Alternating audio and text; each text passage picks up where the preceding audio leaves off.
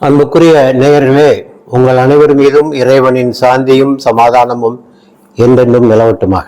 மத்திய கிழக்கு பற்றி எரிந்து கொண்டிருக்கிறது. இதுவரை ஆயிரக்கணக்கானோர் கொல்லப்பட்டிருக்கிறார்கள். ஈரானில் ஒரு பள்ளிக்கூடத்தில் மட்டும் 150 குழந்தைகள் படுகொலை செய்யப்பட்டிருக்கிறார்கள். விமான போக்குவரத்து ஸ்தம்பித்து நிற்கிறது. எண்ணெய் கிணறுகள் கொழுந்துவிட்டு எரிந்து கொண்டிருக்கின்றன. விமான நிலையங்கள் ஓட முடியாத அளவுக்கு தளங்கள் சேதமடைந்திருக்கின்றன. எல்லாவற்றுக்கும் மேலாக ஈரானினுடைய உயர்மட்ட தலைவர் அலி காமினி அவர்கள் படுகொலை செய்யப்பட்டிருக்கிறார். அவர் மட்டுமல்ல, அவர் குடும்பமும் படுகொலை செய்யப்பட்டிருக்கிறார். இந்த போர் எங்கே போகும், எங்கே முடியும் என்று தெரியவில்லை. இந்த போரை பற்றி சொல்வதா என்றால் ஒரே வார்த்தையில் சொல்லலாம்.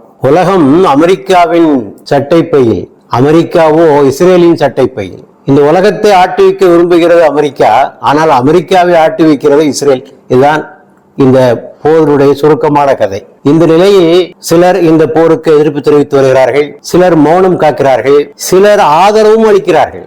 இங்கே மதவெறுப்பு கூட புகுந்து கொள்கிறது. மதவெறுப்பின் அடிப்படையில் ஆதரவு தெரிவிக்கின்றவர்களும் உண்டு. முதலாவதாக இந்த போரை ஆரம்பித்தவர்கள் யார்? முதலாவதாக இந்த போரை ஆரம்பித்தவர்கள் இஸ்ரேலியர்களும் அமெரிக்கர்களும் சேர்ந்துதான் இதனை ஆரம்பித்தார்கள். அதுவும் பேச்சுவார்த்தை ஓமானிலே நடந்து கொண்டிருக்கிறது. ஓமானுடைய மத்தியஸ்தத்தில் நடந்து கொண்டிருக்கிறது. ஒரு முக்கிய கட்டத்தை அந்த பேச்சுவார்த்தை எட்டிவிட்டது. ஓமானுடைய அந்த சமாதானம் பேசியவரை சொன்னார், Iran committed not to build bombs or stockpiles nuclear material. Iran இனிமேல் அணு ஆயுதங்களை தயாரிப்பதில்லை என்றும் அணு ஆயுதத்திற்கு தேவையான சாமான்களை சேகரிப்பதில்லை என்றும் ஒரு முடிவுக்கு வந்துவிட்டது என்று சொல்லி முடிக்கிறார். அப்ப இது ஒன்று போதுமானது. இதைத்தான் அமெரிக்கா எதிர்பார்த்தது.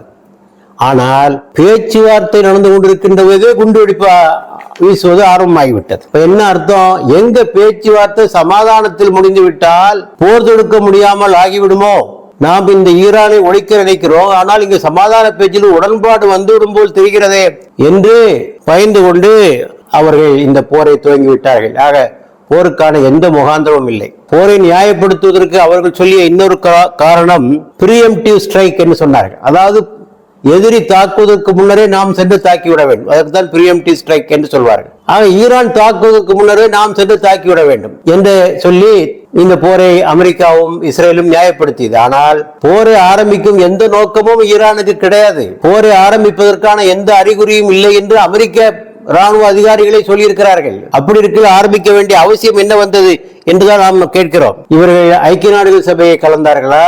ஐக்கிய நாடுகள் சபையில் உள்ள பாதுகாப்பு சபையை கலந்தார்களா? இல்லை அமெரிக்காவிலே உள்ள காங்கிரஸை தான் கலந்தார்களா? எதுவுமே செய்யாமல் இந்த போரை ஆரம்பித்து விட்டார்கள். இஸ்ரேலிய அதிபர் நெதன்யாஹு கொடுத்த நெருக்கடி தாங்க முடியாமல் ட்ரம்பும் இந்த போரிலே குதித்து விட்டார். அவருடைய நோக்கம் ஒன்றுதான், ஈரானை ஒழித்து கட்டுவது. மத்திய கிழக்கில் அவர்களுக்கு வேறு எந்த யாரும் சவாலாக இல்லை.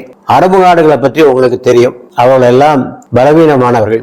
எண்ணெய் வளம் இருக்கலாம் அவரிடத்திலே, ஆனால் அறிவு, தொழில்நுட்ப வளம், இராணுவ பலம் எதுவுமே அவரிடத்தில் கிடையாது. அங்கு மக்களாட்சியும் கிடையாது. மக்களாட்சி இருந்தால் மக்கள் ஆட்சியை காப்பாற்றுவார்கள். மக்களாட்சிங்களாக ஒரே பயம், எங்கே தங்களுடைய மன்னராட்சி கவிழ்ந்து விடுமோ என்ற பயத்தில் அமெரிக்காவோடு ஒப்பந்தம் வைப்பது, இஸ்ரேலோடு ஒப்பந்தம் வைப்பது, இஸ்ரேலோடு வியாபார ஒப்பந்தம், ராணுவ ஒப்பந்தம், Abraham accord, game David accord என்று 1000 ஒப்பந்தங்களை போட்டு இஸ்ரேலை சமாதானப்படுத்துகிறார்கள்.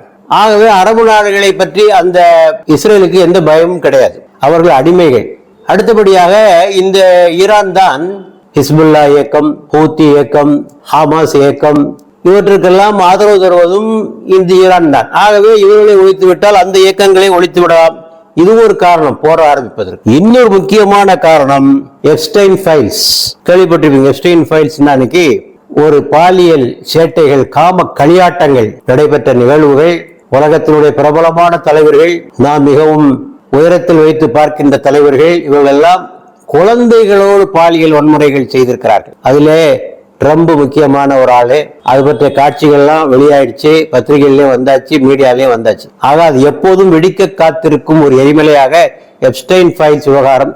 அதிலிருந்து மக்களுடைய கவனத்தை, உலகத்தினுடைய கவனத்தை திசை திருப்பதற்காகவும் இவர்கள் இந்த வேலையை இவர்கள் செய்திருக்கிறார்கள். இது அமெரிக்க மக்களுக்கு செய்கிற துரோகம். இது அமெரிக்க மக்களுடைய வரிப்பணத்தை இன்னொரு நாட்டுக்காக இது அமெரிக்கா செலவழித்துக் கொண்டிருக்கிறது. அமெரிக்கா சொல்கின்ற இன்னொரு காரணம், இந்த போருக்கான காரணம், நாங்கள் ஆட்சி மாற்றம் செய்ய விரும்புகிறோம், ரெஜிம் சேஞ்ச் என்று சொல்லுகிறார். எல்லாத்துக்கும் காரணம் அங்க இருக்க தலைமையில் இருக்கக்கூடியவர்கள் தான் காரணம். அவங்கள பதவியிலிருந்து தூக்கிட்டா இந்த பிரச்சனை தீர்ந்து போய்விடும் என்பது அமெரிக்கா வெளியிலே சொல்லுகின்ற காரணம். ஆனால் அவர்களுக்கு தெரியாத உண்மையா, ஈரான் நாடு என்ன சிறிய நாடா? முன்பு அவர்கள் சிரியாவை, லிபியாவை, கத்தாபியை, சதாம் ஹுசைனை, ஆப்கானிஸ்தானத்தை எல்லாம் அவர்கள் முடக்கி போட்டார்கள். அவையெல்லாம் சின்னஞ்சிறிய நாடுகள், ராணுவத்திலே வலிமை குன்றிய நாடுகள். அங்கும் சர்வாதிகார ஆட்சி, மக்கள் ஆட்சி. மக்கள் அந்த அரசுகளுக்கு ஆதரவு கொடுக்கல. ஆகவே அவர்களை எளிதிலே வெல்ல முடிந்தது.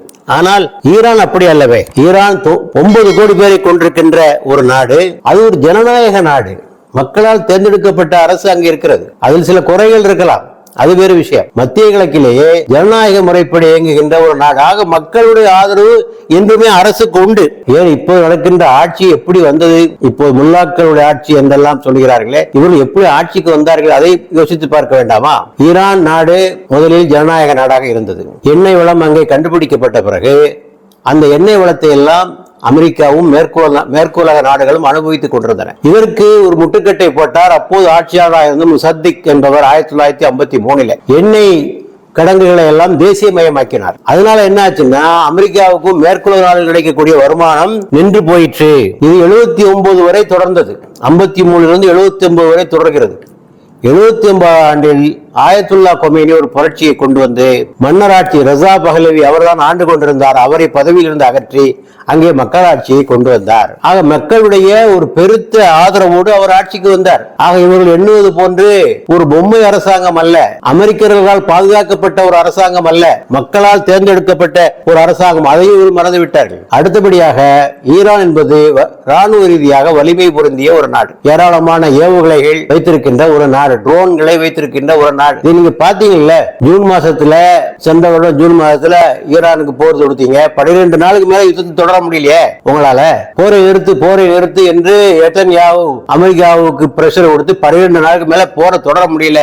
அப்பவே புரிஞ்சிருக்கணும்ல ஈரான் இடத்துல எவ்வளவு வலிமை இருக்கிறது என்பது. இதை கூட உங்களால் புரிந்து கொள்ள முடியவில்லை. அத்தோடு இந்த நாட்டை என்ன பாடெல்லாம் படுத்தினீங்க. 79 கொமேனி ஆட்சிக்கு வந்த பிறகு பக்கத்து நாடான ஈராக்கில் இருக்கின்ற சதாம் ஹுசைனை ஏவி விட்டு ஈரான் மீது போர் தொடுத்தீர்கள். அதில் வெற்றி பெற்றீர்களா? இல்லை. பின்னர் அந்த நாட்டின் மீது ஏராளமான பொருளாதார தடைகளை விதித்தீர்கள். ஆனால் அந்த நாடு அவற்றை தாங்கிக் கொண்டு போய்கொண்டே இருக்கிறது. அதை அவர்கள் பொருட்படுத்தவில்லை. நீங்கள் எதிர்பார்த்தீர்கள் இந்த ஆட்சியை கவிழ்த்து விட்டால் ஈரானுக்குள் ஒரு சிவில் வார், உள்நாட்டு போர் வரும், அதன் காரணமாக இந்த ஆட்சி கவிழ்ந்துவிடும் என்று எண்ணினீர்கள். இது உங்களுடைய தவறான ஒரு கணக்கு. ஆக நீங்கள் போட்ட கணக்கெல்லாம் தவறாக போய்விட்டது. ஆகைய மொத்தத்துல ஆழம் தெரியாம காலை விட்டுட்டு அவதிப்படுறீங்க. நீங்க நினைச்சது ஒண்ணு, நடக்கிறது ஒண்ணு. ஆகவே எல்லா வகையிலும் உங்களுக்கு தோல்வி. ராணுவத்திலும் தோல்வி, ராஜதந்திரத்திலும் உங்களுக்கு தோல்வி, எல்லா வகையிலும் தோல்வி அடைந்து இருக்கிறீர்கள். ஆக இந்த நிலையில் இந்த போரை முடிவுக்கு கொண்டு வருவது எப்படி என்பது இப்ப நமக்கு முன்னால் உள்ள கேள்வி. அதை பற்றி அடுத்த உரையில் காண்போம்.